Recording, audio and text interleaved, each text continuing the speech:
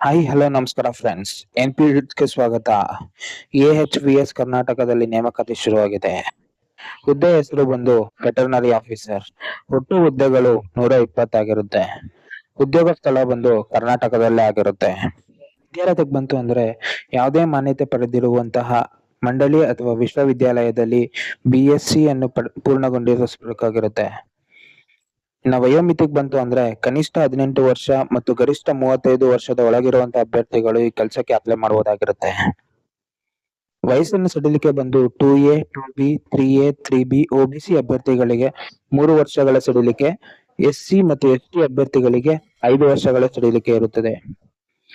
ಅರ್ಜಿ ಶುಲ್ಕ ವಿಚಾರಕ್ಕೆ ಬಂತ ಅಂದ್ರೆ ಈ ಕೆಲಸಕ್ಕೆ ಅದೇ ರೀತಿಯಾದಂತಹ ಅರ್ಜಿ ಶುಲ್ಕ ಇರೋದಿಲ್ಲ.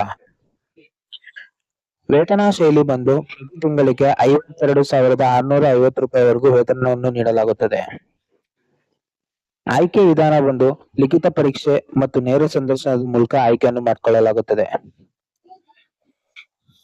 ಅರ್ಜಿ ಸಲ್ಲಿಸುವ ವಿಧಾನ ಬಂದು ಆಸಕ್ತಿ ಮತ್ತೆ ಅರ್ಹತೆ ಇರುವಂತಹ ಅಭ್ಯರ್ಥಿಗಳು ಕೆಳಗಡೆ ಡಿಸ್ಕ್ರಿಪ್ಷನ್ ಬಾಕ್ಸ್ ಅಲ್ಲಿ ಡೈರೆಕ್ಟ್ ವೆಬ್ಸೈಟ್ ಲಿಂಕ್ ಅನ್ನು ಕೊಟ್ಟಿರ್ತೀನಿ. ಡೈರೆಕ್ಟ್ ಆಗಿ ಹೋಗಿ ಲಿಂಕ್ ಮೂಲಕ ಅಪ್ಲಿಕೇಶನ್ ಅನ್ನು ಸಲ್ಲಿಸಬಹುದಾಗಿರುತ್ತೆ. ಇನ್ನು ಪ್ರಮುಖ ದಿನಾಂಕಗಳು ಬಂತು ಅಂದ್ರೆ ಆನ್ಲೈನ್ ಮೂಲಕ ಅರ್ಜಿಯನ್ನು ಸಲ್ಲಿಸಲು ಪ್ರಾರಂಭ ದಿನಾಂಕ ಬಂದು 16/12/2024 ಆಗಿರುತ್ತೆ.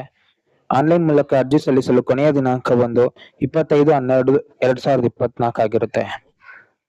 ಮಾಹಿತಿ ಇಷ್ಟ ಆಗಿದ್ರೆ ವಿಡಿಯೋನ ಲೈಕ್ ಮಾಡಿ, ಚಾನೆಲ್ನ ಸಬ್ಸ್ಕ್ರೈಬ್ ಮಾಡಿ. Thank you for watching.